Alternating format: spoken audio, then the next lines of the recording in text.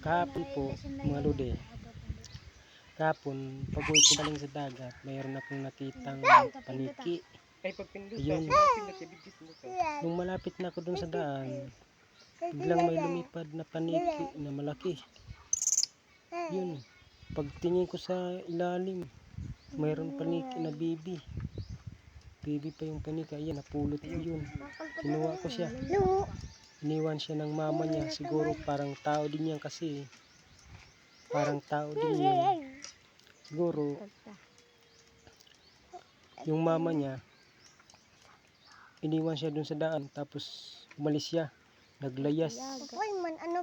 Siguro, sumama sa ibang paniki rin. Yung mama niya.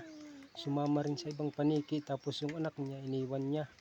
Kawawa naman yung paniki na baby. Parang tao rin kasi.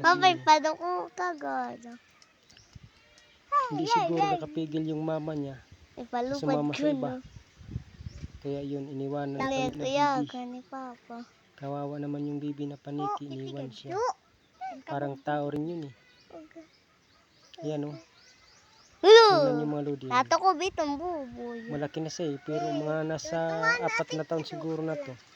Kung sa tao, parang 4 na taon na yan. Malaki na siya eh. Pero wala pang ngipin.